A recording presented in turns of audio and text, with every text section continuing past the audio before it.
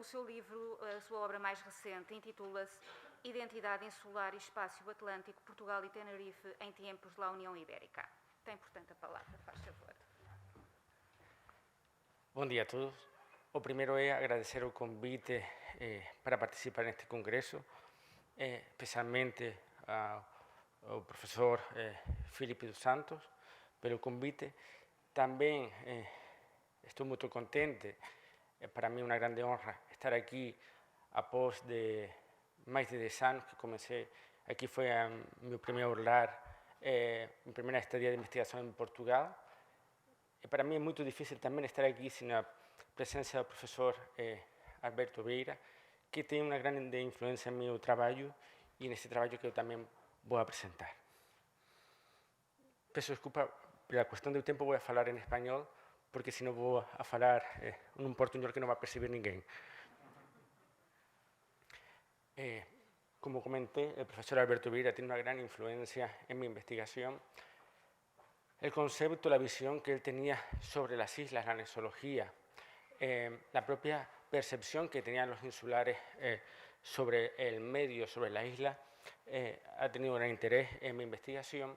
Y en este caso, y no es es un juego de palabras, he intentado en el título hablar de los otros insulares y no hablar de azorianos y madeirenses por la propia visión que le quiero dar a este trabajo sobre cómo es la percepción de los canarios sobre estos otros isleños.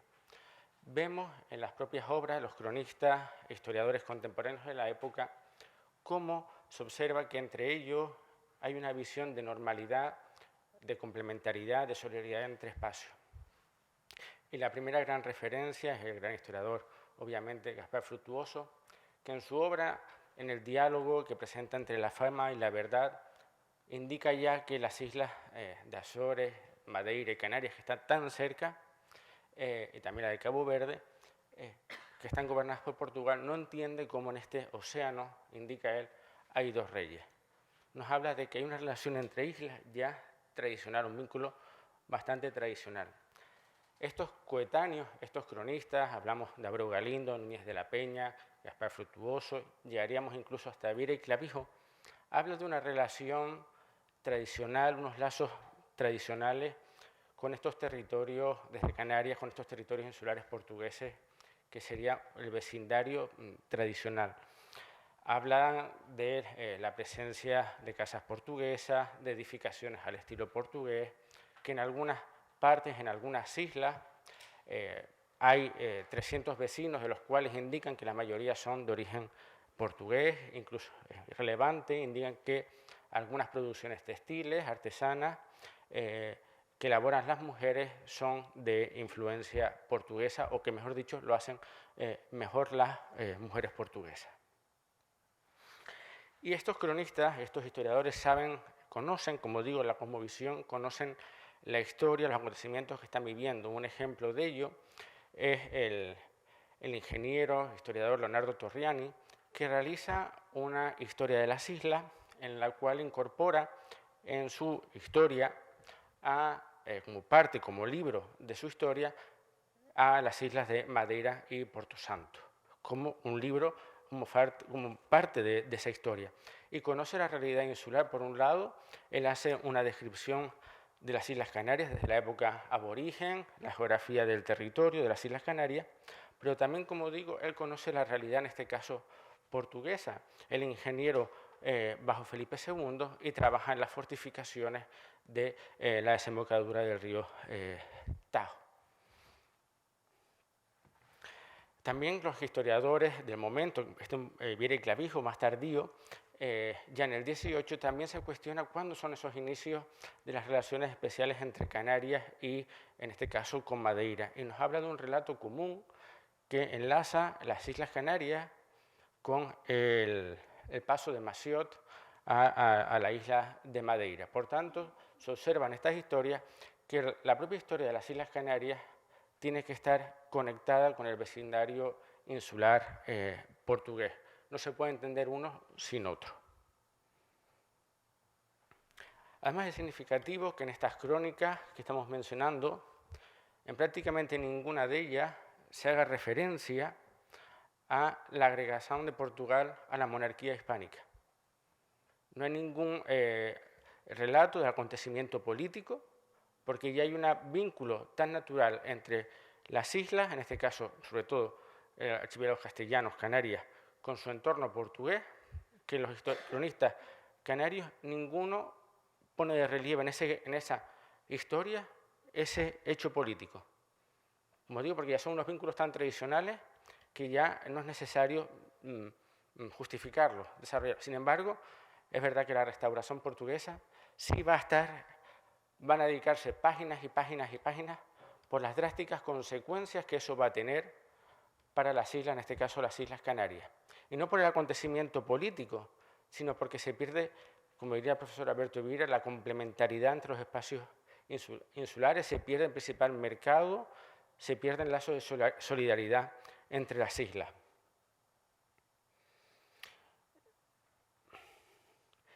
Es quizás una obviedad, pero el proceso, estamos hablando ya de un proceso de consolidación de la sociedad insular, en este caso canaria. Obviamente hay una administración castellana, hay un dominio y una legislación castellana, hay un contingente poblacional castellano, pero existe otra parte importante de la población que va a ser quienes van a poner en explotación y en relación a Canarias con el exterior. Y en este caso van a ser otros agentes, otros no castellanos, entre ellos portugueses y específicamente también los insulares portugueses. Porque una cosa va a ser la procedencia y la obediencia a un reino, pero como digo, otra cosa es responsabilidad con esta comunidad insular, aislada, que necesita de contactos con el exterior. Nos resulta muy difícil en este contexto hablar de qué es extranjero. Realmente se justaponen diferentes identidades nacionales o de comunidades en este archipiélago que ponen, como digo, el único requisito es poner en explotación o poner en conexión a las islas con el exterior. Vamos a los datos, a las fuentes, que es parte de importante de este congreso. Hemos analizado alrededor de 40.000 escrituras notariales para el periodo de 1575 a 1640, de las cuales más de 10% hablan de las relaciones de las islas, en este caso de Canarias, con otros territorios que no es Castilla. Nos habla del dinamismo, en este caso, de las islas hacia el exterior en este periodo de consolidación del espacio atlántico. Y la mayor parte de más de 4.000 documentos, pues la mayor parte también nos habla de esa actividad económica, tanto comercial como puesta en explotación de las islas. En concreto, sobre esta huella que indico sobre la presencia forastera en las islas, pues más de un 50% son portugueses. El resto, sumando a todas las demás comunidades forasteras, no llega al número de portugueses. Y en la documentación castellana esto tiene un problema, un hándicap. Es decir, muchos nombres portugueses se pueden confundir con los castellanos. Por lo tanto, yo solo he recogido lo que la documentación ha indicado que son portugueses, a sabiendas de que podía haber tenido un origen portugués. Además, también veremos ahora por la cronología que si bien la presencia de otros forasteros es concreta por unos determinados años, décadas, la presencia portuguesa va a ser larga desde el proceso de casi 200 años. Por lo tanto, que tengan nombre o apellido de origen portugués ya no son de primera generación, pueden que no sean de primera generación. Como digo, si ustedes ven aquí el recorrido a lo largo de estos años, vemos que los portugueses son predominantes en casi todo el periodo, no solo cuantitativamente, sino cronológicamente, salvo ya 1650, este número disminuye, disminuye sí a favor de los ingleses. También hemos realizado una cata, un estudio por las escribanías, por los escribanos que más tiempo han durado cronológicamente, y vemos también que la presencia portuguesa, esta huella, es mayoritaria, en algunas veces hasta así irrisoria la presencia de otros extranjeros. Vemos que la mayor presencia en la década de 1620, que es en el momento de mayor auge de la economía vitivinícola canaria. Otro ejemplo, un puerto importante de la isla de Tenerife, Garachico. Quizás hay mayor presencia forastera por ese dinamismo mercantil. La mayor parte son estantes, aunque seguidamente muy a la par con vecinos. Ahora vamos a desglosar a estos contingentes. En cuanto a las actividades, ahora hablaremos en el caso insular. Los estantes están asociados a la actividad marítima, son mareantes. En cuanto a los vecinos, aquí hay una paradoja.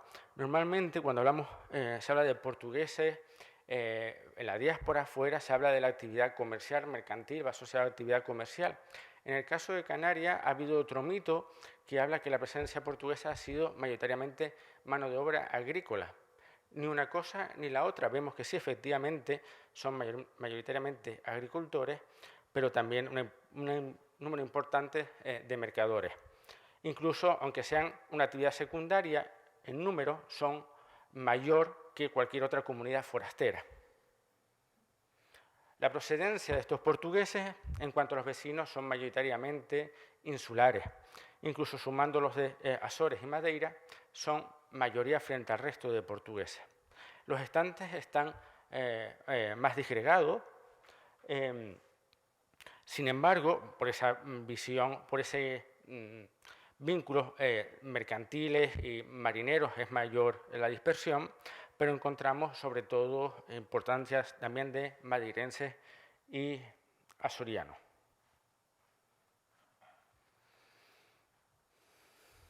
Aquí tenemos otra gráfica.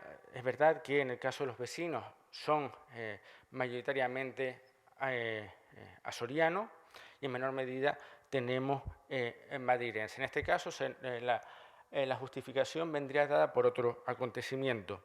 Por un lado, la cercanía entre Canarias y Madeira. Sabemos que habían madeirenses que iban a Canarias a trabajar estacionalmente, por años, etcétera, que al final no terminaban de arraigar y ahí que no consiguieran el estatus de vecinos.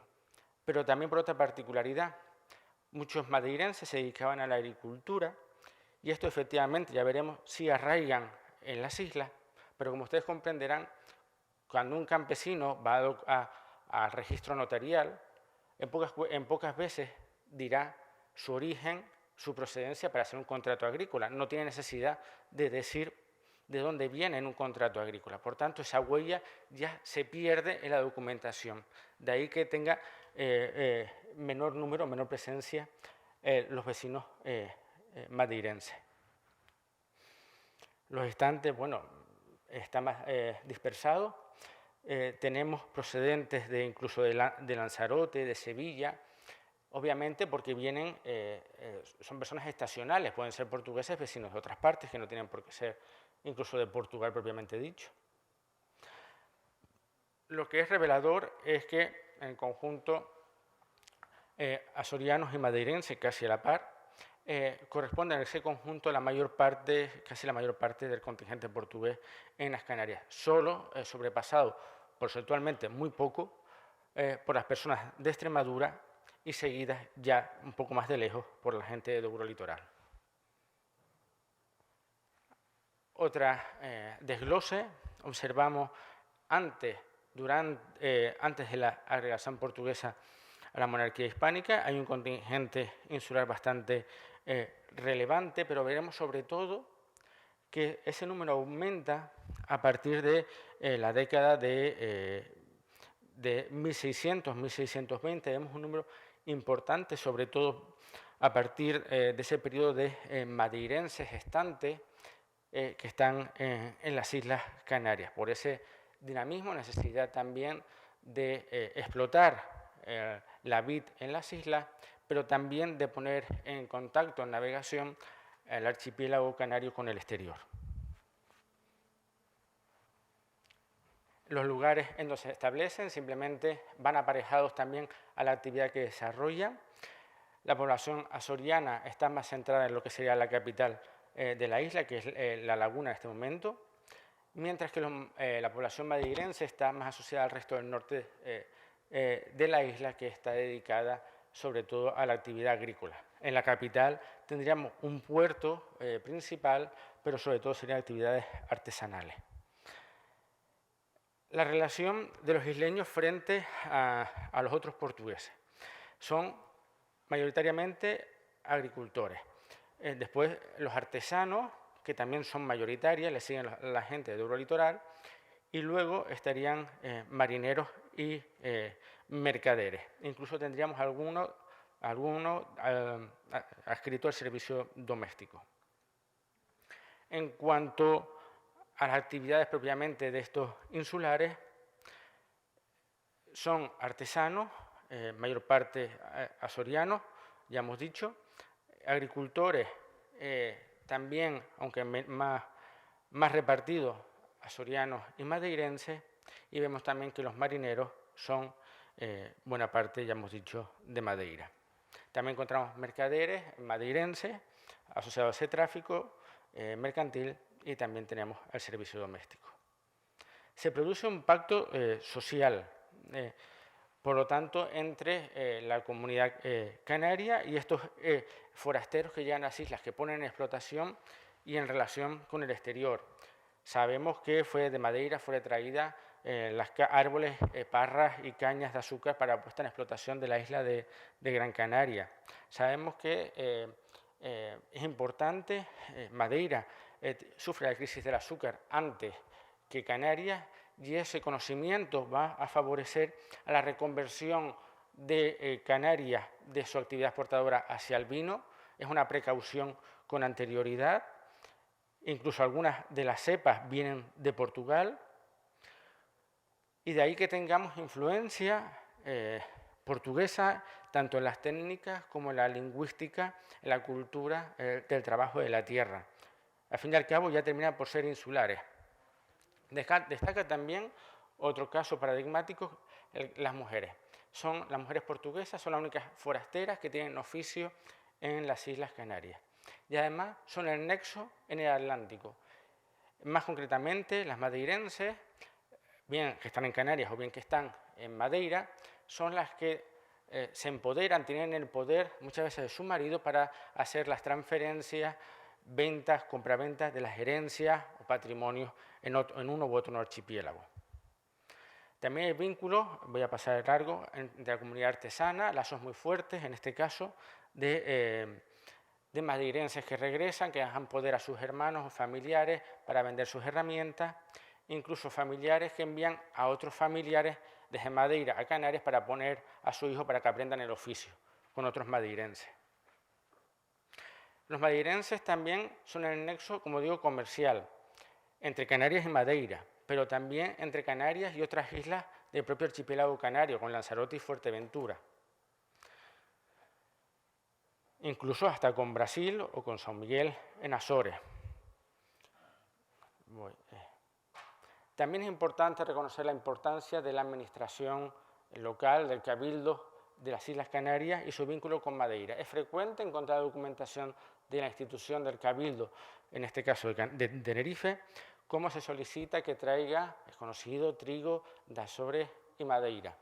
Pero quizás no es tan conocido que el Cabildo de Tenerife pida, que por necesidades de enfermedades, de peste, que se traiga un médico, que sea de Madeira o de Sevilla, o sea, de lo más cercano, del vecindario, pero que se traiga ya.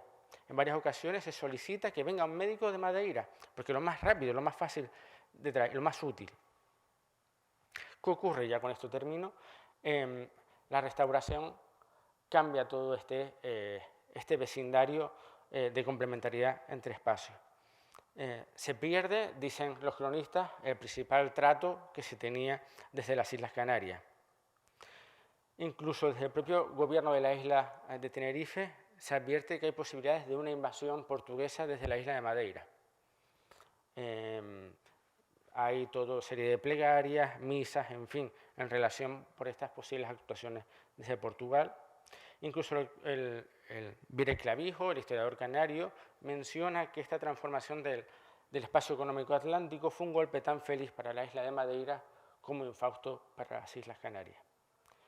Y no me puedo olvidar, ya a modo último, unas palabras, unas reflexiones del profesor Alberto Vieira, que decía que la comunidad portuguesa, de forma especial la oriunda de Madeira, dejó marcas en el archipiélago de las Canarias, que faz parte del cuadro histórico y del imaginario de gentes destas illas e que deforma a un patrimonio histórico común que ainda hoy persiste. A modo de anécdota, sigue existiendo un espacio a uno y otro lado de los archipiélagos. Muito obrigado.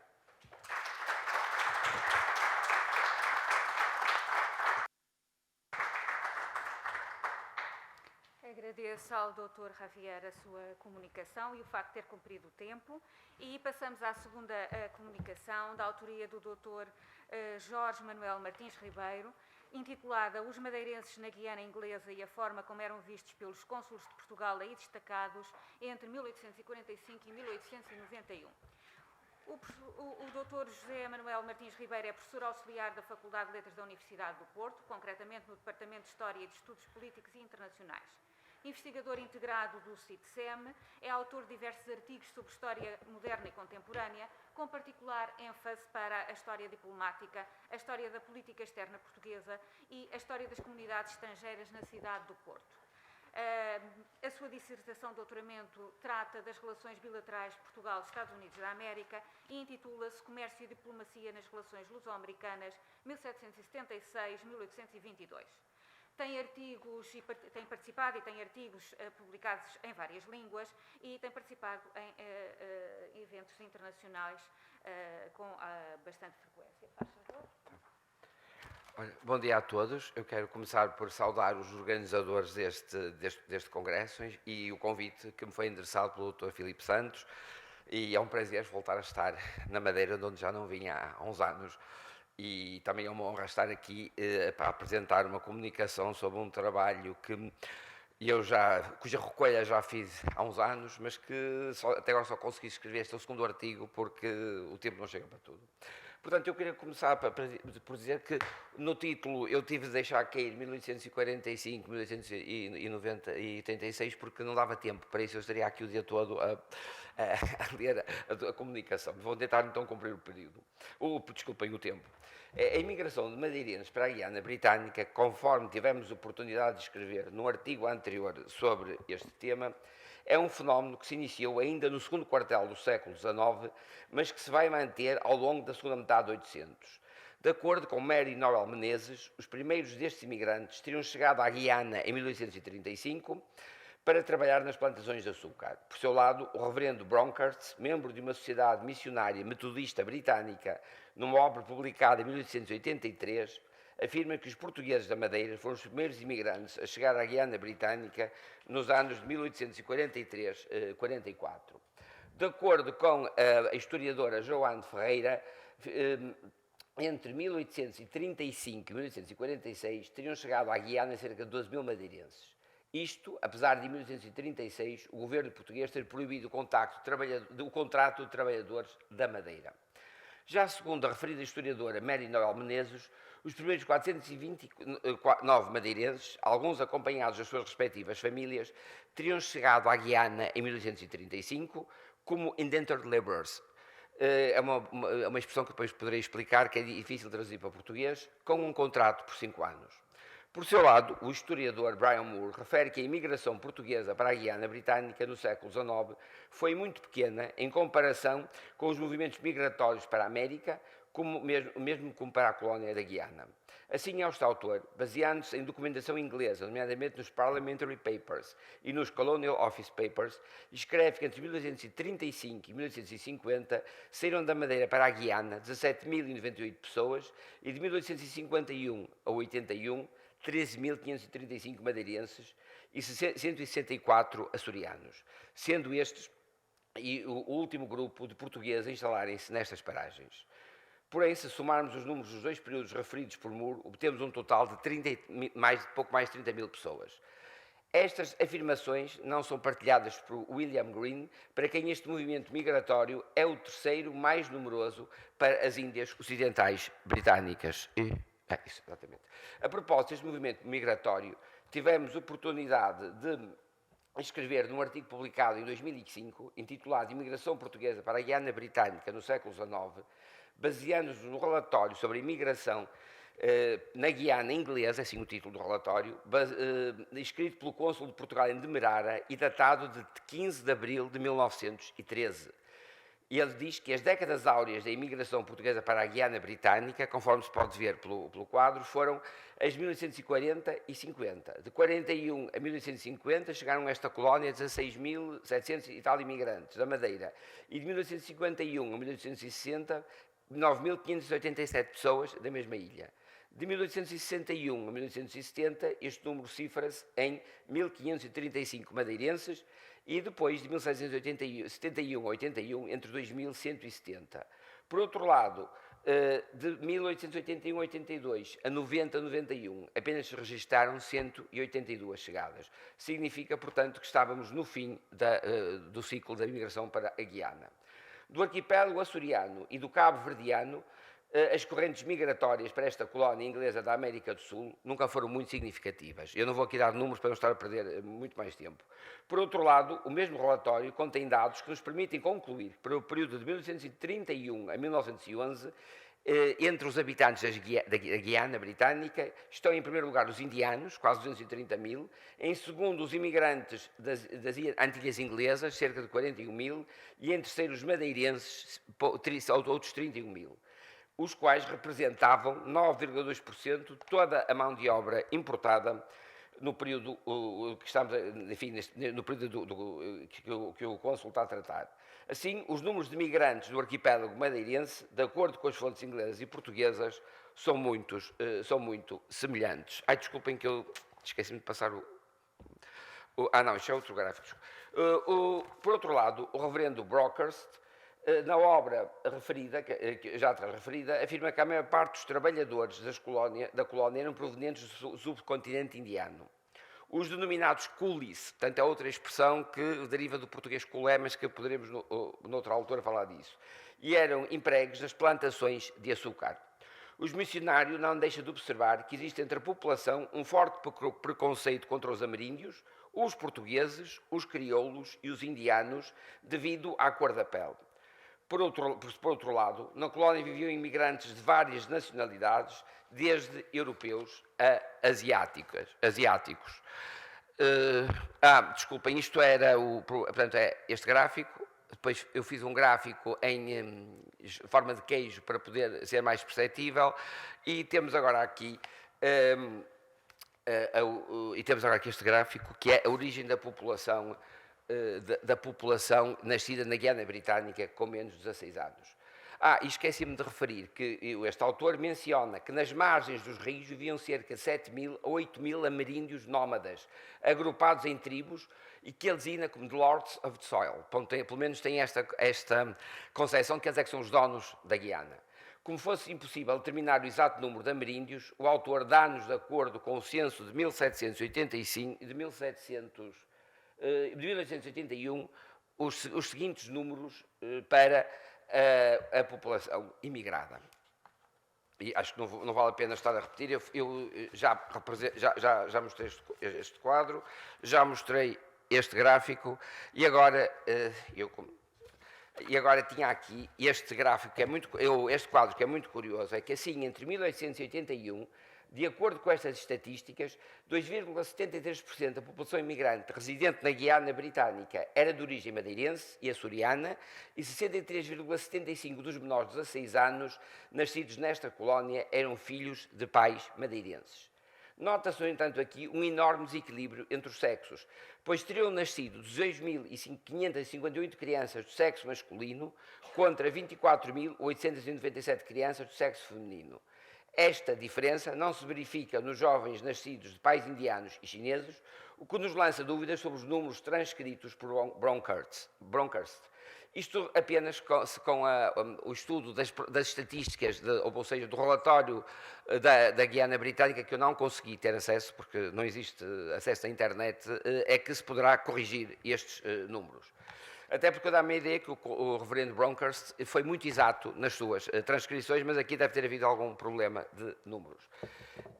Entretanto, passamos para os agentes consulares. Portanto, isto aqui é os quadros, eu vou passar rapidamente, é o mesmo quadro, e deixar ficar isto que é mais para o fim. Até 1845, Portugal não teve um agente consular em Demerara, sendo até aí os interesses portugueses representados a nível particular pelo cônsul de Portugal na Venezuela, Henrique Horácio Haynes, Este acabou por ser transferido a seu pedido para Georgetown, capital da colónia inglesa, de onde o seu pai era natural.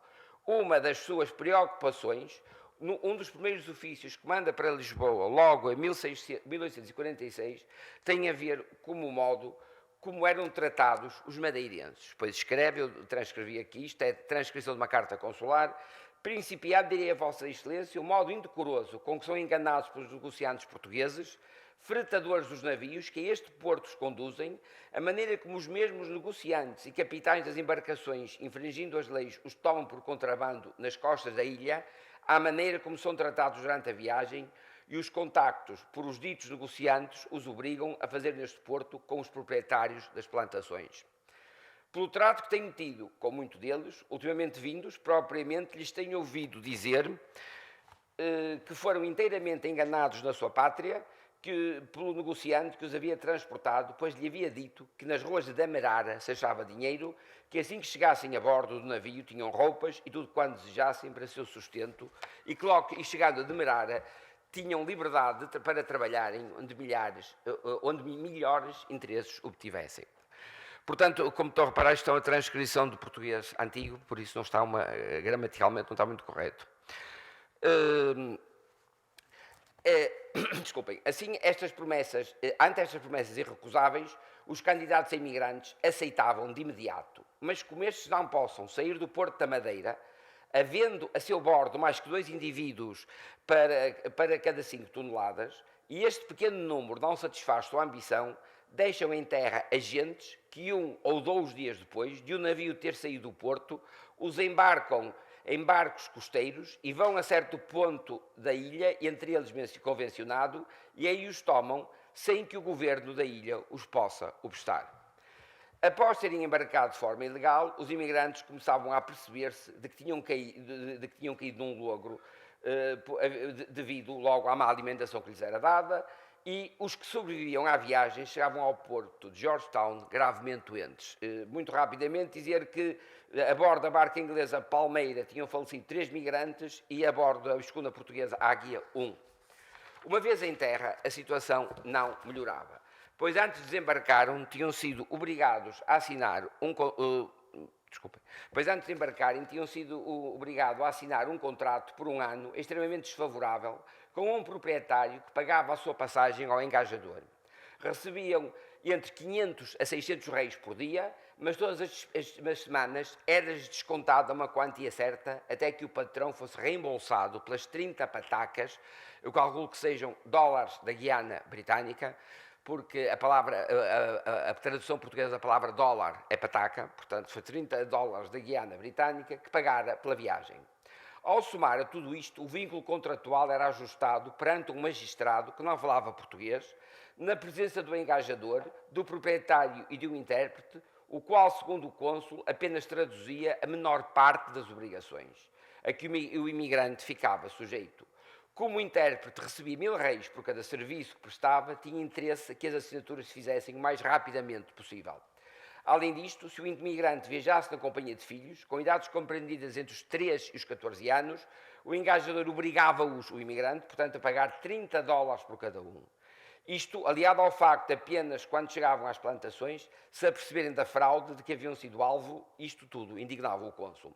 Este tem palavras severas para com todos os envolvidos na vigarice, perdoem-me o termo, afirmando: sendo a causa disto a falta de honra que se encontra no negociante que os conduziu da sua pátria e no intérprete que lhes explica o contrato que assinam, ao que acrescenta: sistema este que logo tenha recebido o meu exequatur, espero abater imediatamente. Ante as diligências de Heine, estes abusos terminaram e o governo da Guiana decidiu pagar a viagem a todos os portugueses que pretendessem instalar-se na colónia e que, em nosso entender, mostrava a importância que as autoridades coloniais davam à imigração portuguesa. Apesar da boa vontade demonstrada pelo cônsul Haynes, em 1848 foi denunciado por secretário do consulado João Evangelista Vieira de Andrade de ter cometido arbitrariedades que prejudicaram muitos imigrantes, acusando-os de estar apenas interessado em enriquecer. A toda esta trama parece estar associada a uma senhora que deve ser conhecida na Madeira, a primeira marquesa de Ponta Delgada, Dona Leonor de Castro, que dizia preocupar-se com a situação dos seus compatriotas na Guiana, e foi por sua iniciativa que se procedeu à nomeação do novo agente consular, John Taggart, o qual lhe foi indicado pelo Dr. Heinz Irlander, bispo in partibus de Loros e vigário apostólico da Guiana Britânica. Estamos em crer que a desacreditação do cônsul Heinz teve o objetivo de o afastar do posto para o qual fora nomeado, dado as atitudes por ele tomadas, terem prejudicado os interesses de quem lucrava com os abusos cometidos contra os imigrantes. O que é que nos leva a chegar a esta conclusão?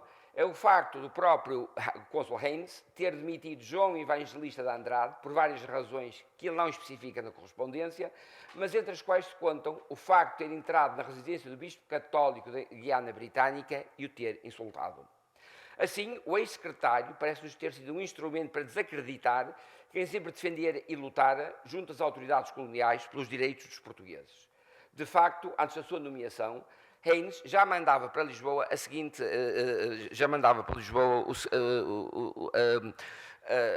desculpem, não é este, não. Desculpem, não pus aqui, eu leio. Tanto antes de ser nomeado, o cônsul Heinz denunciava isto para Lisboa.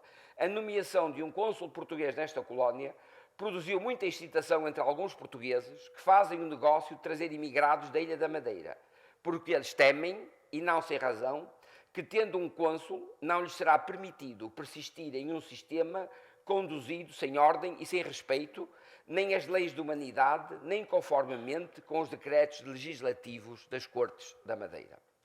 Embora a lei acerca destes contratos tivesse mudado na Guiana por volta de 1853, o cônsul Taggart indignava-se por os imigrantes serem obrigados a assinar um contrato por um período de 1 a 3 anos e a permanecer nas plantações às quais tinham sido adstritos à chegada, ao contrário dos coolies, a quem lhes era dada uma margem de uma passagem de regresso ou equivalente em dinheiro. Os portugueses não tinham direito a nada. Além disto, quando o justo os ligava apenas por um ano, os imigrantes eram obrigados, no seu termo, a pagar ao Tesouro Colonial $1 por cada um dos meses em que haviam trabalhado. Na impossibilidade de num trabalho deste tipo, e já está o tempo a acabar, não permitir o estudo das dezenas de ofícios consulares que cobrem cerca de meio século, que estão no arquivo do Ministério dos Negócios Estrangeiros, entre 1845 e 1896, com as mais diversas informações sobre a comunidade madeirense na Guiana Britânica, vamos apenas referir, para terminar, alguns pontos que consideramos importantes. Apesar de todas estas adversidades, madeirenses houve que conseguiram fazer fortuna e regressar à sua ilha natal com largas somas de dinheiro. Aliás, num ofício de 26 de julho de 1851, o cônsul Taggart referiu o facto de, em meados desse mês, ter saído do porto de Georgetown, com destino à Madeira, uma escuna portuguesa, com 77 passageiros que transportavam entre si cerca de $40.000. E com o andar dos tempos, as condições de vida destes imigrantes vão melhorar, porém, não evitava que existissem locais da colónia com deficiências nos cuidados de saúde, enquanto outras zonas, como as ilhas Leunan e Wakenan, desculpem se assim se pronuncia, eram demasiado doentias para quem vinha de outras paragens. A exemplo do cônsul Heinz, John Taggart também foi forçado a deixar o posto por a desculpa foi o facto de ser funcionário alfandegário, o que era incompatível com as funções consulares. Na realidade, estamos convencidos que o facto de ser católico e defender com denodo os interesses dos portugueses ia contra os interesses daqueles que defendiam um sistema esclavagista e os dos protestantes que não conseguiam converter os madeirenses católicos. Na segunda metade da década de 1850, vai ser igualmente difícil para os portugueses estabelecidos na Guiana, onde em fevereiro de 1856 vão ser alvo de motins e levantamentos provocados por africanos, que lhes vai trazer avultados prejuízos. De acordo com William Green, a situação na Guiana, a verdadeira causa, destes motins, radica no facto dos portugueses terem tornado dominantes no negócio a retalho em detrimento dos crioulos. E ainda de acordo, não dá para trás, era isto. Ainda de acordo com William Green, a situação na Guiana era propícia ao pequeno comércio. Portanto, estão a ver que as lojas dos portugueses são muito mais do que as lojas dos juntas dos chineses e dos indianos. Eu apenas não consegui descobrir a tradução portuguesa para a palavra gains e não quis arriscar, mas calculo que é uma espécie de droga. Apesar disto, a imigração continuou por mais algum tempo, em grande escala para a Guiana, até porque a epidemia da cólera em finais de 1856 provocou uma grande mortalidade e a necessidade de importação de mais mão de obra. A imigração madeirense para a Guiana Britânica é um dos muitos episódios, para terminar, é um dos muitos episódios da história da diáspora portuguesa no mundo, empurrados para fora da sua ilha natal, que não lhes proporcionava nem o seu sustento, nem o das suas famílias, tal como milhões de outros seres humanos, na centena de 800, tentaram sua sorte nas Américas. Tal como vem acontecendo desde épocas imemoriais, até aos nossos dias, estes homens, mulheres e crianças foram alvo de gente sem escrúpulos para quem apenas o lucro conta. Tal como aconteceu, ainda hoje acontece em várias partes do mundo, apesar das adversidades, muitos madeirenses conseguiram fazer fortuna e trocar o trabalho árduo das plantações de açúcar pelo comércio. Isto tornou-os vítimas de invejas, chegando mesmo a servir de bode expiatório nas querelas da Guiana. No entanto, na década de 1860, de acordo com o governador da colónia, 1/3 das propriedades de Georgetown estava nas mãos dos portugueses da Madeira. E para terminar, lanço aqui duas questões. Dado o êxito que tiveram e o facto de muitos terem regressado ao arquipélago madeirense, eu pergunto se há estudos que nos permitam saber em que setor os setores investiram os ganhos, até porque os estudos que eu encontrei sobre os imigrantes na Madeira, eu sei que houve aqui um congresso, mas o Dr. Filipe dos Santos disse-me que não foram publicadas atas, são estudos feitos por historiadores da Guiana Britânica, que têm nomes de portugueses, portanto Menezes, Resouzas, etc. E por outro lado, acho que o que vou dizer aqui é irrelevante, porque já perguntei, é que enquanto no continente nós temos as chamadas casas dos brasileiros, que era a ostentação da riqueza dos imigrantes ricos que regressavam no Brasil, já me disseram que aqui na Madeira não há nada equivalente a isso, portanto, em que estes imigrantes sustentassem a riqueza quando regressavam. Pronto, agradeço a vossa atenção e peço desculpa, porque muito mais haveria para dizer, mas é impossível. Espero muito.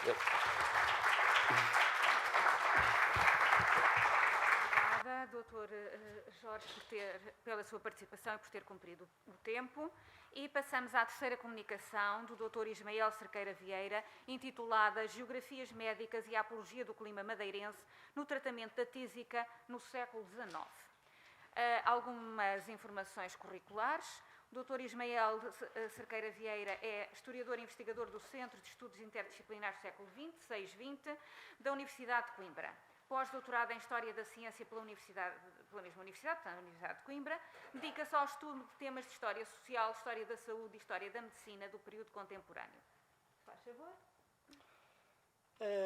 Bom dia a todos e a todas. Antes de mais, as minhas palavras iniciais serão de agradecimento para a Direção Regional do Arquivo e Biblioteca da Madeira, do CEA e especialmente para o Dr. Filipe Santos pelo amável convite que me endereçou e por todas as diligências realizadas para que fosse possível a minha participação aqui hoje. Pronto, dito isto, a comunicação que vou apresentar relaciona vários elementos. Em primeiro lugar, as geografias médicas, que são uma fonte específica para o estudo da história da saúde. Depois, a questão do clima madeirense. E, finalmente, a questão da tísica. Tísica, leia-se tuberculose. Em primeiro lugar, as geografias médicas. Como eu disse, são uma fonte que tenho utilizado para o estudo, especialmente aqui da Madeira, enquanto estância de tratamento climatoterapêutico. Estas geografias médicas da primeira metade do século XIX ainda eram grandemente influenciadas por obras clássicas dos gregos antigos, especialmente Hipócrates, como a obra dos Ares, Águas e Lugares. Mas também é verdade que colheu bastante dos estudos que se iam realizando à época, especialmente de Humboldt, de um naturalista alemão, que iniciou, de certo modo, ou refundou o que eram as geografias médicas na altura, com a catalogação da fauna, da flora, com dados da geografia, da geologia de cada região, sobre a população e especialmente com, e aqui é um dado científico, com as medições de temperaturas, das umidades, da pressão atmosférica, do vento, da insolação, etc. E queria dizer que estas geografias médicas que aparecem nos finais do século XIX, nos inícios do século XIX, representam uma evolução ao nível médico. A medicina da altura era, sobretudo, uma arte médica, não é? A medicina, enquanto ciência, foi-se construindo ao longo do século XIX com vários dados. Primeiro com estudos de anatomia patológica, em meados do século com a fisiologia patológica, depois com a bacteriologia adquire realmente um estatuto de ciência. Mas se nós pensarmos, e os autores estrangeiros e alguns portugueses são consensuais nisso, este tipo de fontes representam já uma ciência antes da medicina científica, justamente por causa das observações, das medições e da avaliação do que determinada geografia, entenda-se fatores atmosféricos, condicionavam os estados de saúde e de doença. Existem várias definições sobre geografias médicas. Umas mais antigas referem que eram a descrição das doenças dos diferentes países, com referência ao clima, ao abastecimento das águas, à existência de insetos, etc. Outros falam-nos que, dizem-nos, aliás, que eram análises dos padrões espaciais da distribuição da doença e dos cuidados de saúde. Já mais próximo de nós, falam-nos em estudos de inter-relação entre os lugares, as áreas e as regiões, as doenças, os cuidados de saúde e nutrição. E, finalmente, há aqui um Valêncios que nos fala já desta Big Science, que eram as geografias médicas, articulando elementos, então, de geografia, meteorologia, medicina, cartografia, geologia, etc.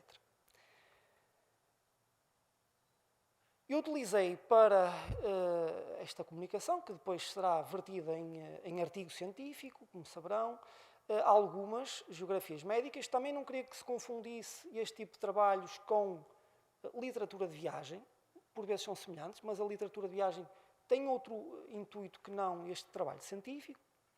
Utilizei o mais antigo, que é o Gurley, depois o Nicolau Pita, madeirense, portanto, o James Clark, o John Driver e o Mason, e também um médico da Escola Médico-Cirúrgica do Porto, mas com raízes madeirenses, Francisco de Assis e Sousa Vaz. A Madeira foi sempre conhecida como um destino de turismo terapêutico, sobretudo no século XIX, muito ligado à tísica ou à tuberculose, se quiserem.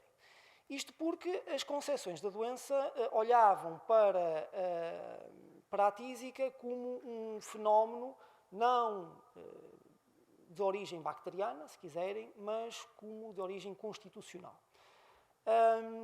Como podem reparar, o que é hoje tuberculose teve várias concepções ao longo do tempo. Aliás, Jacques Le Goff dizia que as doenças também tinham história, e algumas já passaram à história.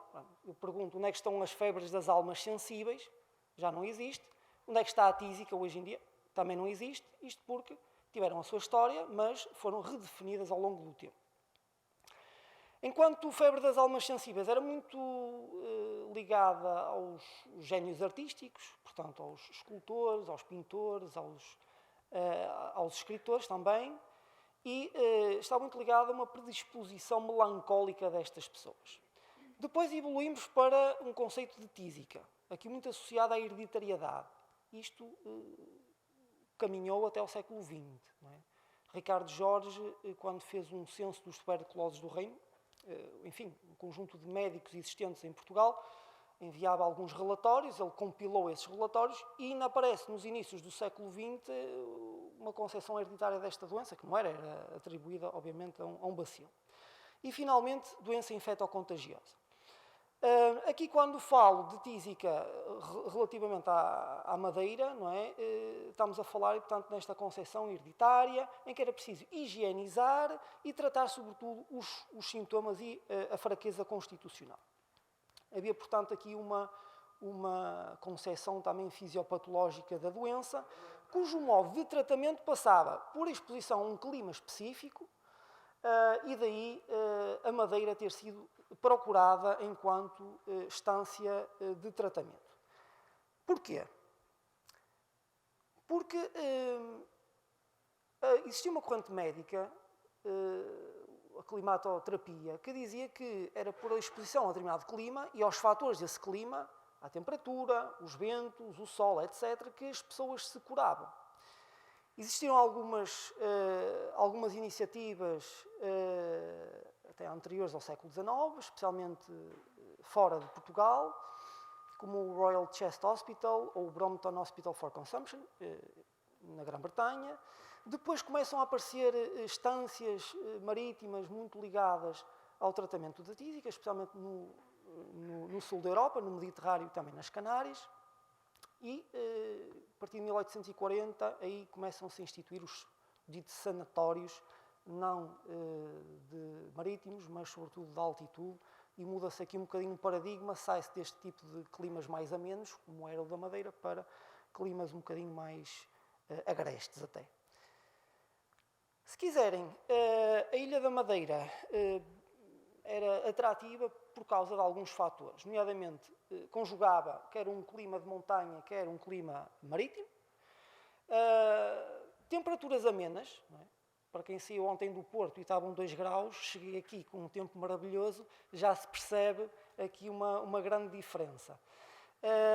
E estas temperaturas são o cerne da questão. Estas geografias médicas, o ênfase que dão é essencialmente nas temperaturas.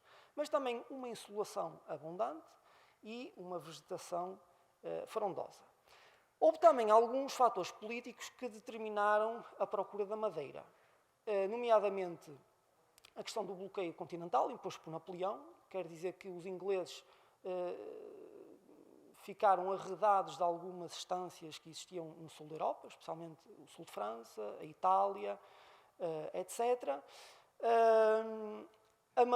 A Madeira também acabou por ser uma plataforma de intervenções militares durante o período das invasões francesas e não só, e portanto os ingleses vinham até à ilha, mas também existiam as relações comerciais com a Inglaterra, especialmente o comércio do vinho, que determinou, portanto, uma presença muito forte de ingleses. Aliás, há um trabalho de Teresa Rodrigues, publicado aqui na revista do CEI, em 2019, sobre o turismo da Madeira e que mostra exatamente que a maior parte dos turistas eram estrangeiros, primeiro, uma grande presença inglesa e depois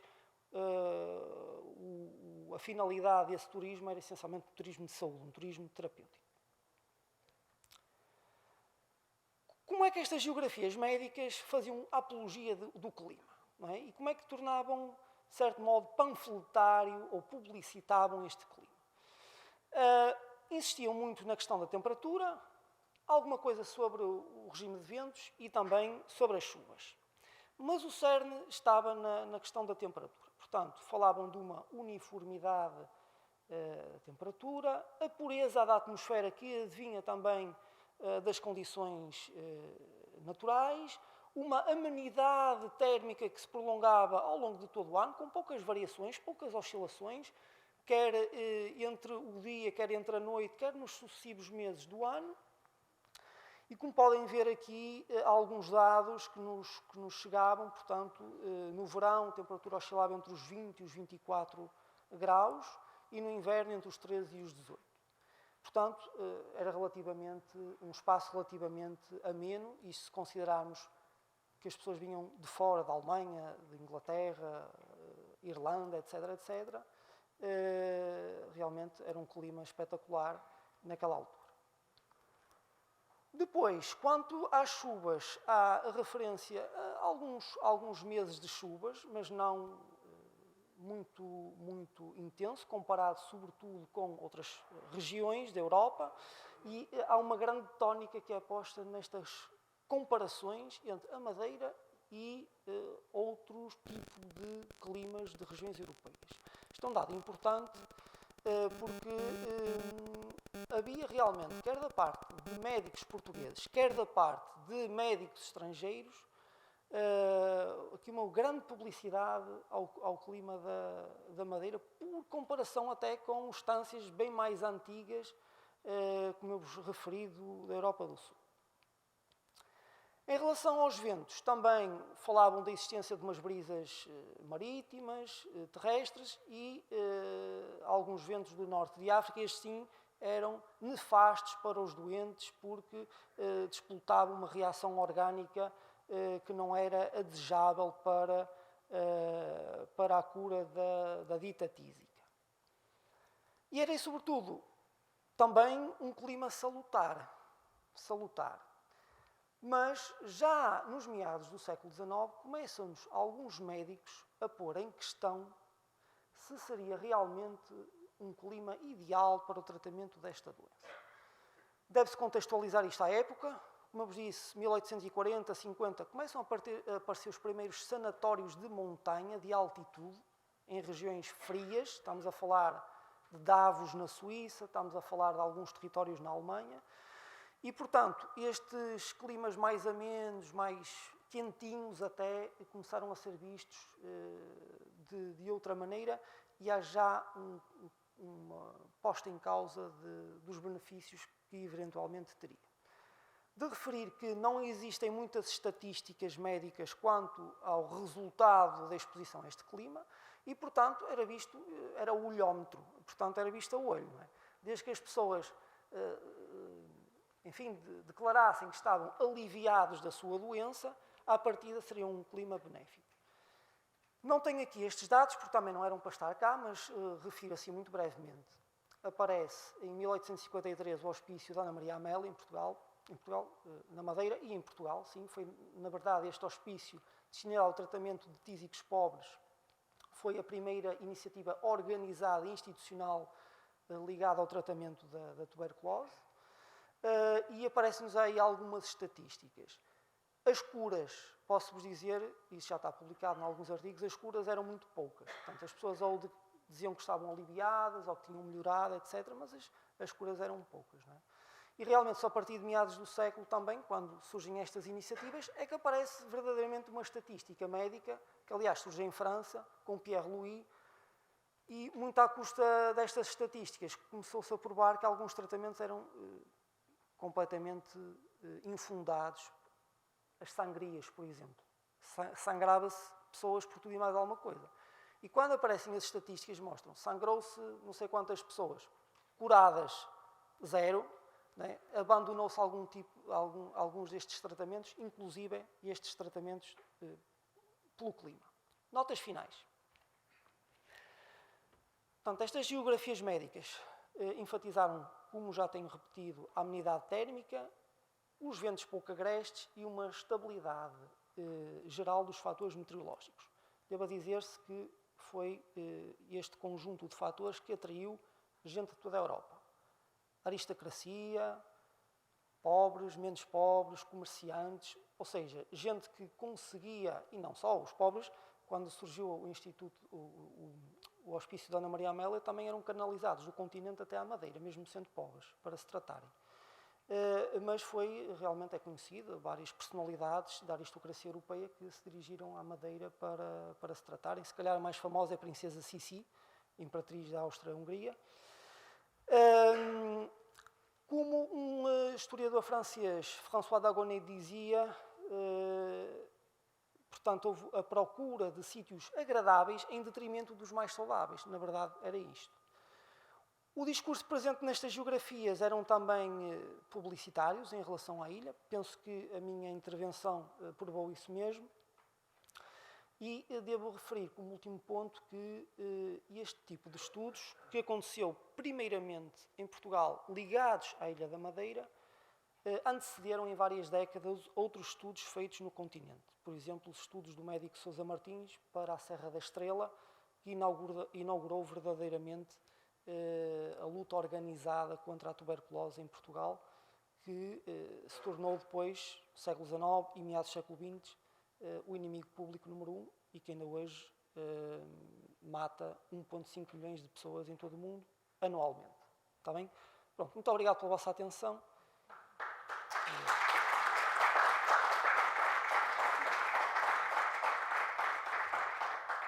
Muito obrigada. E passamos à última comunicação deste painel, da autoria do Dr. Duarte Nunes Chaves, e que se intitula a sua comunicação Notas Históricas para o Estudo do Itinerário do Pão e das suas técnicas nos Açores, com algumas analogias no arquipélago da Madeira. O Dr. Duarte Nunes Chaves é doutor em História da Arte pela Universidade de Évora, bolseiro do Fundo Regional de Ciência e Tecnologia do Governo Regional dos Açores. Nesta condição, completou em 2020 um projeto de pós-doutoramento intitulado Religiosidade e Memória Coletiva em Contexto de Turismo Cultural. É atualmente investigador da Fundação Gaspar Frutuoso e subdiretor do CHAM, Centro da Universidade dos Açores, e hoje ligado à Universidade Nova de Lisboa. Enquanto coordenador, autor e coautor, é responsável pela edição e participação em diversos livros, artigos e capítulos de livros editados em vários países, nomeadamente Portugal, Espanha, Polónia e Brasil. E estas obras são, sobretudo, obras que versaram questões ligadas ao espaço insular da Macronésia, particularmente sobre os domínios da história, identidade, religiosidade, tradição e turismo. Em 2018, o seu livro As Imagens de Vestir na Procissão de Terceiros, um legado franciscano em São Miguel, Açores, séculos XVII a XXI, que teve como base a sua tese de doutoramento, foi galardoada com o Prémio Lusitânia História de Portugal da Academia Portuguesa da História. Para além destas atividades, é também produtor e realizador de documentários, e entre os quais agora está a realizar um conjunto de documentários, concretamente, onde é feito um levantamento das tradições gastronómicas do arquipélago dos Açores, inserido no projeto Taste Açores. Faz favor. Muito obrigado, muito bom dia a todos. Antes de mais, queria agradecer à organização, na pessoa do Dr. Filipe Santos, o convite de estar hoje aqui. Eu venho da Universidade dos Açores e, efetivamente, sou madeirense. Nos Açores sou considerado madeirense, na Madeira, açoriano. Mas é um prazer estar aqui na minha ilha, na minha cidade, na minha freguesia e na rua que, durante alguns anos, palmilhei em criança, para cima e para baixo, nesta rua. Ora bem, venho-vos falar hoje aqui de um projeto que nós estamos a desenvolver neste momento nos Açores, desde 2019, e que abarca muita questão ligada à gastronomia e à vitivinicultura. Eu, antes de mais, gostava de partilhar aqui algumas ideias convosco e indo um pouco de encontro ao que se falou nas outras comunicações, com a questão da identidade. É importante perceber que nos Açores, ainda no outro dia falávamos aqui da identidade madeirense, quando é que começámos a ter uma noção do que é ser madeirense. Ora bem, nos Açores isso é relativamente complexo, porque eu acho que não existe Açores, existem nove Açores. E, efetivamente, esta noção da marca Açores, que hoje em dia está a ser muito propagada nos Açores, é uma noção do século XXI, e se calhar a noção de Açores é uma coisa que vem, provavelmente em meados do século passado, do século XX, é que o açoriano começa a ter essa noção que está inserido no arquipélago. Porque, para o corvino, ele pensa como corvino, o florentino como florentino, o faialense como faialense, e quem sabe e conhece bem, o terceirense e o micaelense, então aí nem falamos.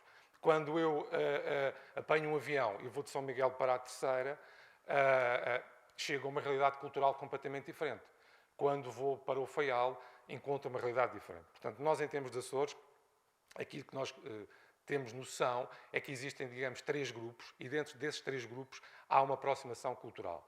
Obviamente, ao nível daquilo que eu estou a estudar, que é a gastronomia, é um mundo, é um grande mundo que nós temos. Para vocês terem uma ideia, nós, neste momento, a nossa ideia de registro de levantamentos gastronómicos vai a cerca de 200 levantamentos. Neste momento já levamos, portanto, cerca de 120 feitos, e vamos tentar ter uma média de 120 registros nas 9 ilhas e nos 19 concelhos.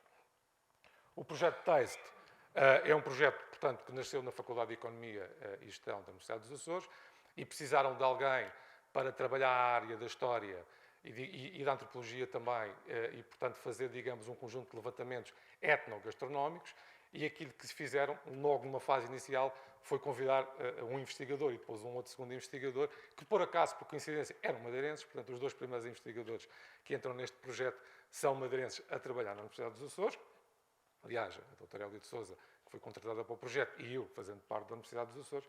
E, portanto, nós começámos a dividir o arquipélago em vários itinerários. O itinerário do pão, o itinerário da massa, o itinerário da massa frita, o itinerário da carne, do pescado, da doçaria, enfim, um conjunto de itinerários. Eu venho-vos falar hoje aqui especificamente de um itinerário em concreto, que é o itinerário do pão, e que também gostava de chamar a atenção que existe, e falámos muito aqui do caso da Madeira, e não sermos muito falados, digamos, na historiografia nacional. Há depois também que às vezes um problema é que nós às vezes entre os arquipélagos, por vezes, acabamos muitas vezes por fazer o nosso trabalho porque precisamos de investigar no resto dos arquipélagos, mas por vezes não há, digamos, essa junção. E verdade se diga aqui em relação ao Centro de Estudos de História do Atlântico, tem havido sempre essa preocupação, já desde o tempo do professor Alberto Vieira, de fazer algum cruzamento, nomeadamente com as Canárias e com os Açores, nesse sentido. Ora bem, nós temos feito, portanto, o levantamento em todas as ilhas. Neste momento temos 5 ilhas já levantadas, e é interessante perceber, e para vocês terem um bocado essa noção da relação e da importância das ilhas, por exemplo, da relação que nós temos com o Porto Santo, que é completamente diferente nos Açores. O Corvo, por exemplo, tem um peso brutal. E para vos contar, nos levantamentos que nós fizemos, quando chegámos ao Corvo, perguntaram-nos quantos levantamentos é que vão fazer nas flores. E nós dissemos 8 levantamentos. Então aqui fazemos 11. Ora, 11 para uma população de 425 pessoas. O que é verdade é que nós fizemos os 11 levantamentos no Corvo, e ao fim de uma semana de trabalho de campo, a população não nos queria deixar ir embora porque dizia que tinha mais 11 levantamentos para serem feitos. E eu disse, olha, não há possibilidade porque a Universidade pagou uma viagem para estar aqui só durante uma semana e tem que me ir embora. Isto é importante verem essa noção que existe em termos do arquipélago. Eu vou-vos mostrar um produto que não estava previsto no projeto, que foi a criação de um canal de YouTube. Se quiserem depois podem se inscrever.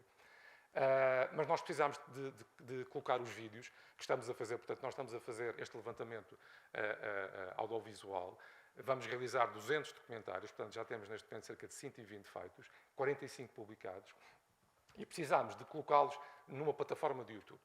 Porque os técnicos de informática diziam-nos que para os vídeos ficarem mais leves teriam que ser colocados no YouTube. E aquilo que eu noto é que começámos a ter várias pessoas que nos contactavam, que estavam a ver os vídeos no YouTube, e então eu optei por criar um canal personalizado, em que no canal nós lançamos todas as semanas 12 episódios e na plataforma lançamos 2 recolhas, ou seja, o público académico e aqui um público geral, a comunidade. E é interessante percebermos que nas estatísticas que nós temos, este canal tem cerca de 60% das pessoas que veem o canal, são 35% no Canadá, 23% nos Estados Unidos, 2% no Brasil e apenas 40%, teoricamente, em Portugal, maioritariamente, obviamente, nos Açores. Isto, obviamente, está aqui a 10ª ilha dos Açores. O professor Alberto Vieira falava na 9ª ilha. Nos Açores fala-se concretamente muito na 10ª ilha e, portanto, a diáspora tem um papel extremamente importante. Para nós é muito importante que haja também este acompanhamento do projeto, não só na comunidade científica, mas que possa também haver, digamos, pela população, pela comunidade no geral. Falo-vos para já, numa ligação que há nos Açores e a Madeira, há uma forte ligação, especialmente entre São Miguel e Madeira. Obviamente que há outras relações com as outras ilhas, nomeadamente com a Graciosa, a relação com o Porto Santo, com o Pico, ao nível da vinicultura, mas São Miguel e Madeira têm efetivamente uma grande ligação, e mostro-vos aqui um dos itinerários que nós fizemos, que foi da massa frita, a questão das malaçadas. Ora, a malaçada não é mais do que as filhoses que vêm do continente, portanto a malaçada provavelmente chega à Madeira na altura do povoamento como filhós e vai tornar-se malaçada. É uma questão linguística que nós estamos aqui a falar. E é interessante perceber que a tradição da malaçada vai nesta relação arquipelágica, neste período do século XV e XVI, até às Canárias, nomeadamente a La Palma, e referir aqui que o nosso projeto, nós temos colaborado com vários investigadores aqui na Madeira, e a nossa colega Nádia Nunes, da Universidade da Madeira, fez-nos este apontamento da ligação às Canárias, e depois, obviamente, vai até São Miguel. De reparar que as malaçadas só existem em São Miguel. ou seja, as malassadas enquanto termo linguístico. Obviamente nas outras ilhas chamam filhoses, mas têm um formato diferente. A malassada de São Miguel não é mais do que as filhoses de joelho, da beira baixa, enquanto a malassada de Madeira, podemos ver aqui nestas duas imagens, já numa forma mais arredondada. E é interessante perceber esta ligação entre São Miguel e Madeira, que a malassada, efetivamente, em termos de nome, só se chama em São Miguel. Obviamente, hoje em dia, com as questões das redes sociais, as outras ilhas também já começam a ver as receitas da malassada e a fazer a malassada também nas outras ilhas. E por sua vez, chegam também ao Havaí, já no século XIX, a malazada no Havaí, é, digamos, o doce nacional do Havaí, assim como o calelo também, ao nível dos cordofones, também com influência madeirense, é um elemento importante da identidade dos havaianos. A malassada no Havaí, apesar de terem havido nesta altura imigrantes madeirenses e açorianos, é idêntica à da Madeira. Vários historiadores, portanto, fazem esta relação com a ligação das ilhas, e eu tenho, vamos aqui um texto do professor Avelino Freitas Menezes. Não vou ler porque o tempo é pouco e eu queria ainda tentar mostrar-vos um vídeo no final, mas basicamente dizer-vos que esta relação com São Miguel ela é estabelecida em 1474, quando Rui Gonçalves da Câmara compra a capitania de São Miguel e nesta altura, especialmente ao nível da plantação açucareira, nós começamos a ter um giro muito grande de madeirenses para São Miguel. E esse giro manteve-se ao longo dos séculos, nomeadamente até o período contemporâneo. Não é a minha área de estudo, mas nós podemos ver que até a década de 1960, com o fim da Companhia Insulana de Navegação, nós temos grandes quantidades de madeirenses a ir particularmente para São Miguel, e nos dias de hoje a comunidade madeirense em São Miguel é muito significativa. Aliás, tem a Casa da Madeira nos Açores, que é talvez uma das casas da Madeira de Portugal, que tem tido maior atividade, e há uma quantidade de madeirenses muito significativos. Ainda no outro dia estávamos a falar, por exemplo, só no Terminal de Ponta Delgada, contámos 14 pessoas a trabalhar no Terminal de Ponta Delgada. Não sei quantos funcionários que tem, mas 14 madeirenses é realmente um número muito significativo. Obviamente que o pão tem uma importância ao nível do calendário litúrgico, e eu falo-vos aqui agora da questão da massa nos Açores, que é massa cevada no período do Espírito Santo, é flor na Páscoa, e são os biscoitos da matança na época do Natal, portanto, na altura da matança do porco. A receita é a mesma. O que vai aqui mudando é a forma deste pão. Falar-vos também do milho. Obviamente, depois no artigo que irei escrever, poderemos falar dos outros cereais, mas gostava de falar aqui particularmente da questão do milho, que é muito importante entre a Madeira e São Miguel também. Não só na forma de pão, mas também na forma de massa, de papa cozida, de milho, e nós temos aqui o milho cozido. Ainda ontem, aliás, quando venho à Madeira, a primeira coisa que tenho que fazer é comer o milho cozido.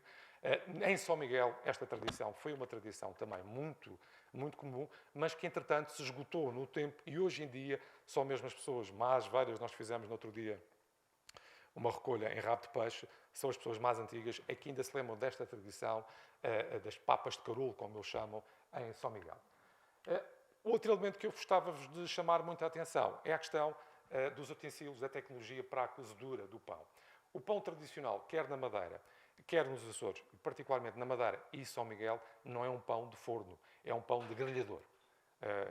Temos o bolo do caco, a escarpeada, o bolo levedo, o bolo da sertã. Portanto, todos estes pães que são, digamos, do período do povoamento das ilhas, são feitos no grelhador pétreo e no grelhador de barro, e depois, mais tarde, já no século XX, no grelhador de chapa, no caso madeirense, e na frigideira, na sertã, como chamam, nos Açores. O forno de lenha, obviamente, era um privilégio do capitão donatário, era um privilégio das classes mais abastadas.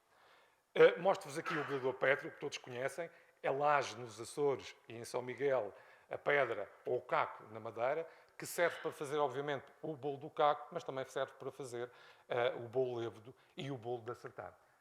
E a escarpeada, como aqui vemos, aliás, eu passei também grandes temporadas na minha infância no Porto Santo e ainda me lembro da minha mãe e da minha avó fazerem a escarpeada, um tipo de pão muito idêntico ao pão, ao bolo ázimo que nós conhecemos. E mostro-vos aqui o bolo levedo e o bolo do caco. Muitas pessoas dizem que o bolo levedo é o irmão do bolo do caco, não sei se assim será. Não sei se o bolo levedo será contemporâneo do bolo do caco, penso que não.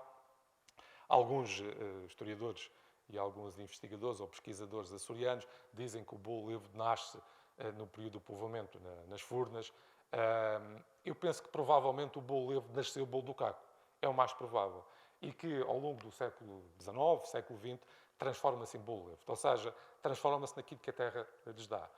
Começa a levar ovo, começa a levar leite e açúcar.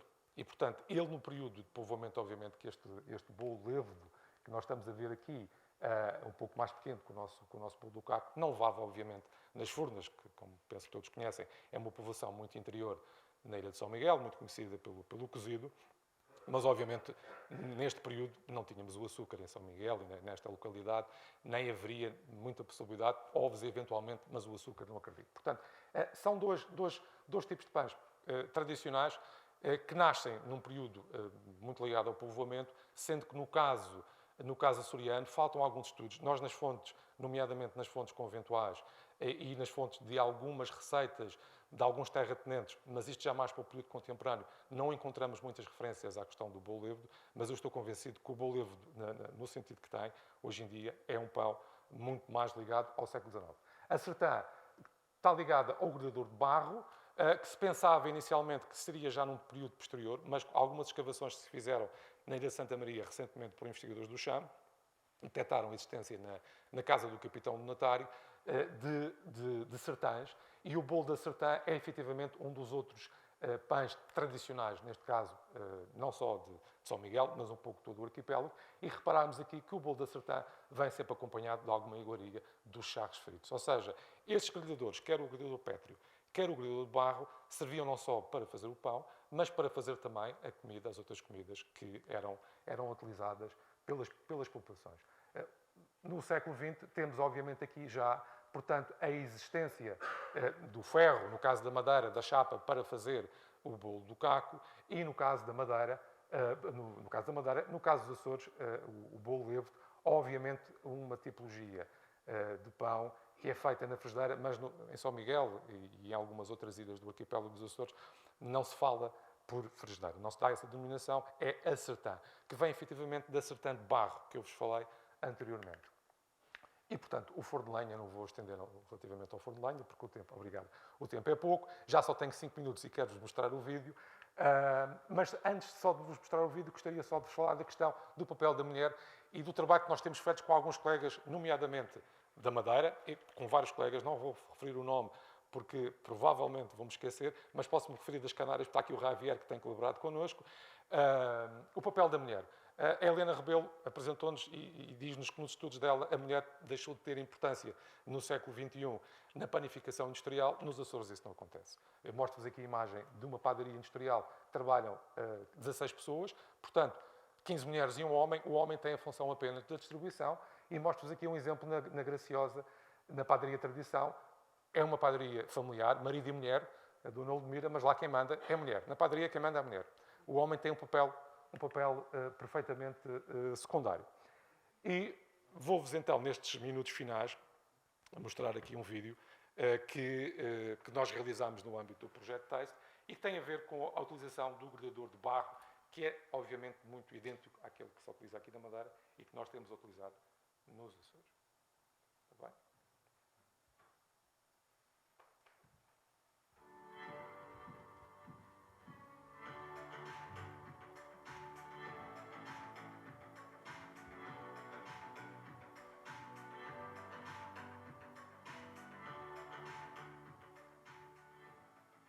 O bolo da sertão é muito antigo.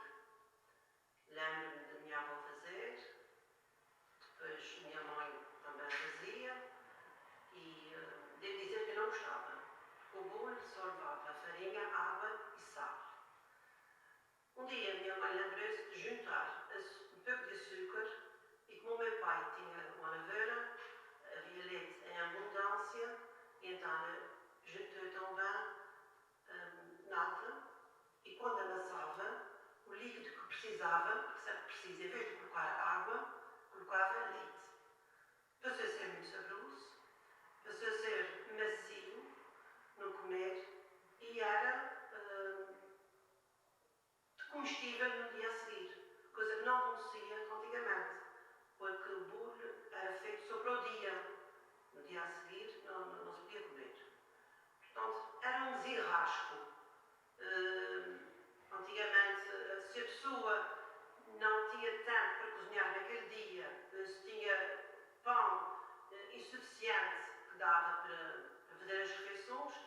no Zirrasco fazia o bolo. E foi assim, e aprendi com a minha mãe. Atualmente faço, contém convívios. E pronto, já ensinei às minhas filhas, que elas também gostam. Antigamente, o bolo da sertão era um substituto do pão. Hoje em dia, é um comer delicioso. Portanto, faz-se por prazer, come-se saboreando por ser mais saboroso. Eu, além daquilo que aprendi com a minha mãe, que foi o processo que eu fiz, juntar a farinha, colocar a farinha na pana, no meio fazer uma cratera, colocar o sal, depois juntar água a ferver para escaldar, chama-se escaldar o bolo, tapar para abafar, para que o calor faça a primeira cozedura, por assim dizer, na farinha, e depois destapa-se ao fim de um quarto de hora, amassa-se, junta-se a manteiga de vaca, um pouco de manteiga de vaca e leite, para equilibrar, ou equivalente à nata que a minha mãe colocava, amassa-se, não esquecendo sempre a farinha de milho, um pouco de farinha de trigo, para fazer a liga, e amassa-se como eu fiz, como eu faço, e depois tende-se. A linguagem no pão e no bolo nunca se diz moldar, é tender. Tende-se as bolas, tende-se o bolo na tendeira, que é um tecido de madeira, e depois vai à sertão para cozinhar. Minha mãe, minha avó não tapava. Isso é invenção minha, já é uma ideia minha, porque a tampa vai fazer com que o calor fique ali mais compacto. Não usa melhor. Para fazer um bolo só, digamos meia hora, escaldar, esperar um quarto de hora, amassar. Não, meia hora no fogo. Portanto, 3, 4 horas. Assim. Escalda, depois espera, quarto de hora e leva meia hora no lume. 3, 4 horas faz um. Eu acho que foi um bocadinho de diferença. Mas há sempre uma diferença sempre. No inovar há sempre uma diferença para melhor. O tapar, eu noto que fica melhor. Fica melhor. O tapar a sertão, nota-se a cozedura melhor. Eu não consigo fazer um bolo só para mim, porque recordo-me recordo da minha infância, o tempo em que eu tinha a minha mãe, os meus irmãos, todos juntos, e agora que sozinha, mas o meu filho, eu não faço sozinha. Nunca faço. É sempre quando eu tenho muita companhia, porque o cheiro, aquela azáfama toda, faz-me lembrar um passado que era muito alegre, um passado distante. Portanto, eu não consigo fazer só para mim. Não consigo. Convívio. Um convívio. Sempre que convido a uma festa. Quando convido os meus irmãos, convido amigos, sempre faço. Porque há um cheirinho muito bom. Fica a casa cheia, aquele cheiro, faz lembrar um passado bonito. Pronto, não vou só pedir só mais 30 segundos só para referenciar esta questão, que é efetivamente a evolução. No caso da gastronomia, é muito difícil nós dizermos que um determinado produto gastronómico manteve a sua essência ao longo dos anos, ao longo dos séculos. Vimos neste caso, esta senhora já inovou da mãe e a mãe já tinha inovado da avó. E, portanto, há sempre uma constante evolução. Muito obrigada pela vossa atenção.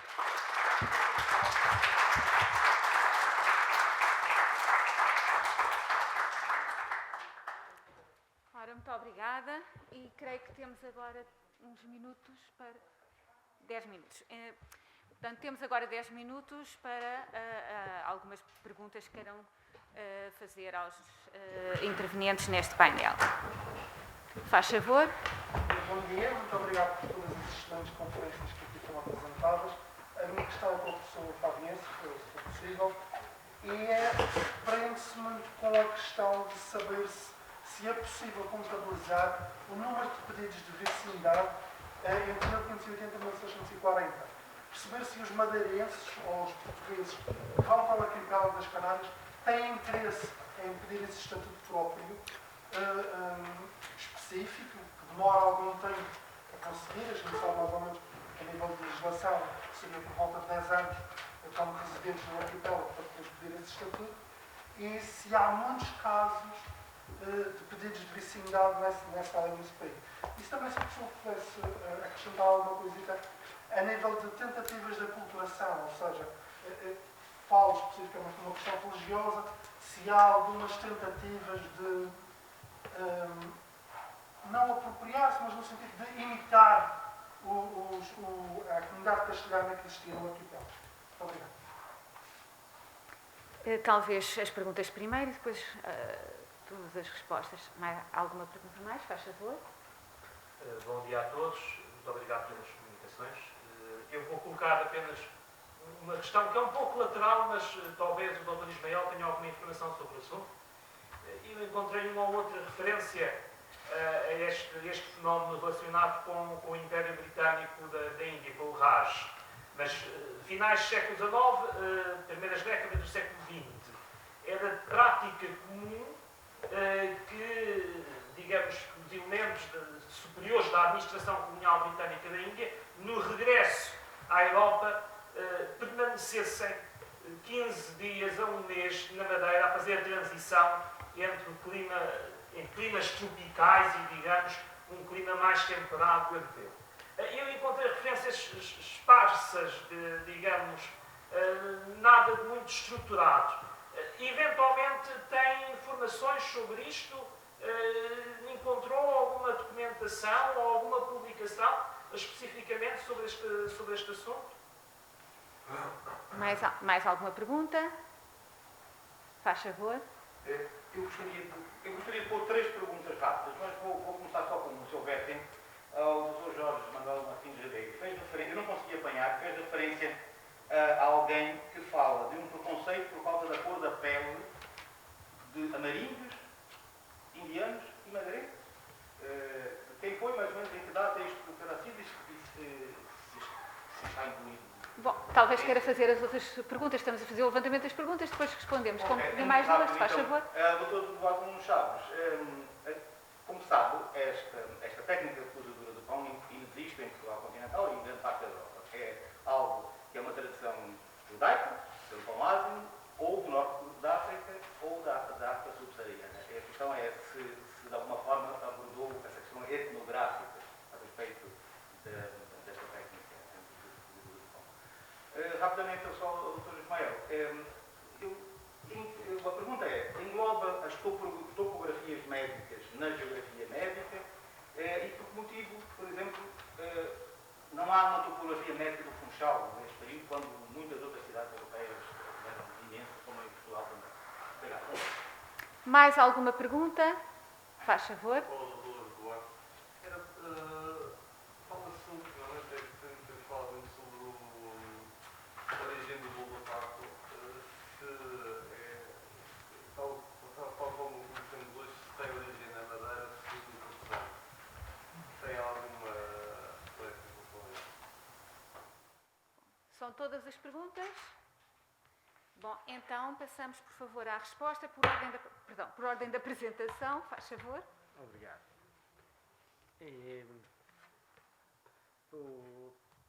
A cuestión de los vecinos, en el caso de Canarias es bastante laxo, un sistema bastante abierto.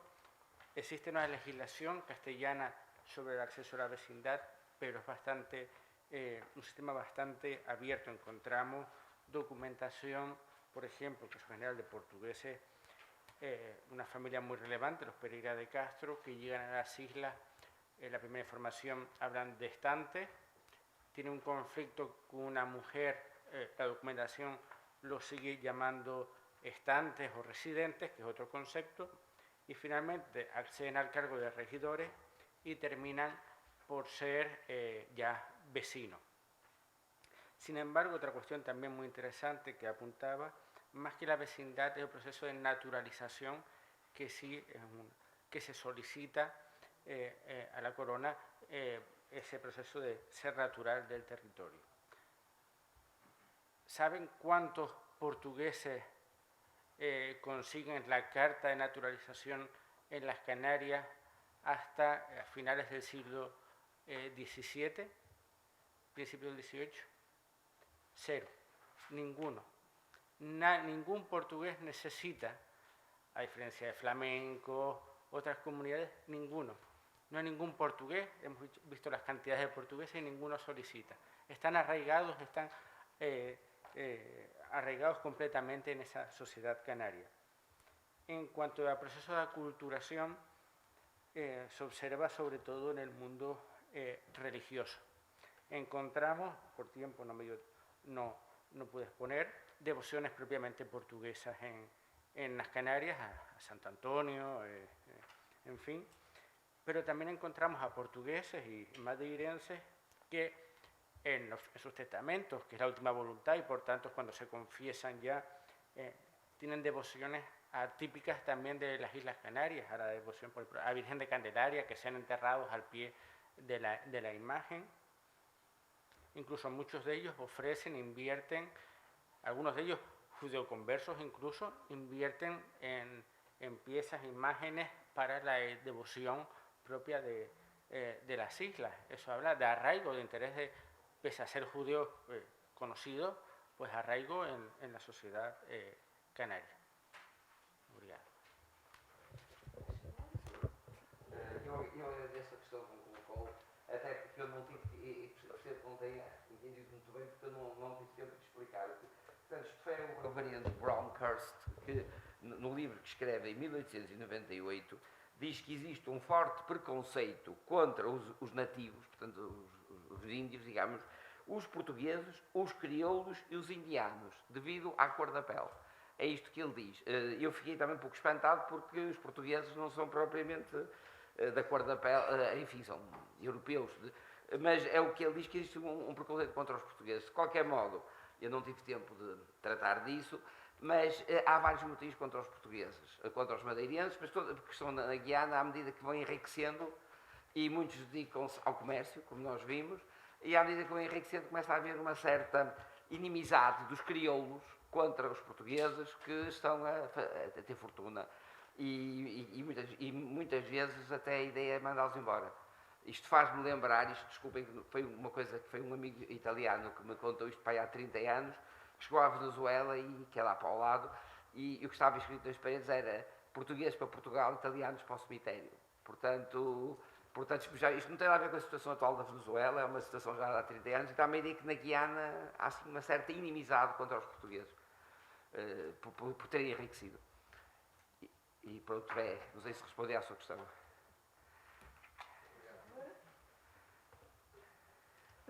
Portanto, foram colocadas duas questões em relação a esta questão da passagem de delegações indianas. Não tenho conhecimento que o fizessem cá. A verdade é que eu também não, em termos de investigação... Desculpe interrompê-lo, se calhar não são indianos, são britânicos. Britânicos que estão ao serviço no Raj, no Império Britânico, e portanto, depois de acabado, digamos, o período em que estão na administração colonial, digamos, estamos a falar da elite colonial britânica do Raj, no regresso à Europa, permanecer um período de tempo limitado, algumas semanas, ao menos 15 dias ou um mês, para fazer a transição entre os climas tropicais e o clima europeu. Não estamos a falar de indianos que vêm para aqui, estamos a falar de britânicos, portanto, a elite do Império. Pronto, mas isso é eventual. Eu sei que é lateral à sua pesquisa, mas uma vez que tocou a questão do clima e a questão terapêutica, pensei que eventualmente pudesse ter encontrado alguma referência. Portanto, é apenas Então foi eu que percebi mal, mas não tenho nenhuma referência efetivamente a esse tipo de funcionários que regressassem à Europa, e é um tema que me passa de todo ao lado.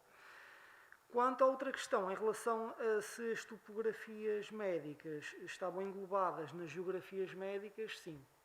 Sim. Inicialmente havia um desdobramento entre o que era topografias, geografias médicas e outras designações, mas efetivamente, a partir de determinada altura, começa-se a englobar todo este tipo de trabalhos que incidem sobre cidades, regiões, províncias ou inclusive países, dentro daquilo que hoje é conhecido como geografias médicas. Muito obrigada. E, finalmente... Muito obrigado. Ora bem, as duas questões que me foram colocadas acabam por sim, entroncar uma na outra. A primeira é da questão da relação deste tipo de tipologia de pão, o pão ázimo, não é? E que eu referi, aliás, no PowerPoint. Eu optei por não ler, porque como queria apresentar o vídeo, e acabei, mas num dos slides fazia essa referência, e obviamente que no texto faz também essa referência. E a outra questão tem a ver de quem é a paternidade do bolo do Caco, se é do Porto Santo, se é da Madeira. Ora bem, as duas questões entroncam-se numa resposta, que é, obviamente, que esta tipologia de fazer pão vem no período do povoamento. Nós encontramos estes grelhadores pétreos atrás dos montes, no Minho, na Galiza, em algumas outras zonas da Europa, no norte da África, nomeadamente, e, portanto, isto é uma tipologia, é uma tecnologia que é, digamos, exportada ou importada aqui para as ilhas, para se poder fazer a cozedura do pão.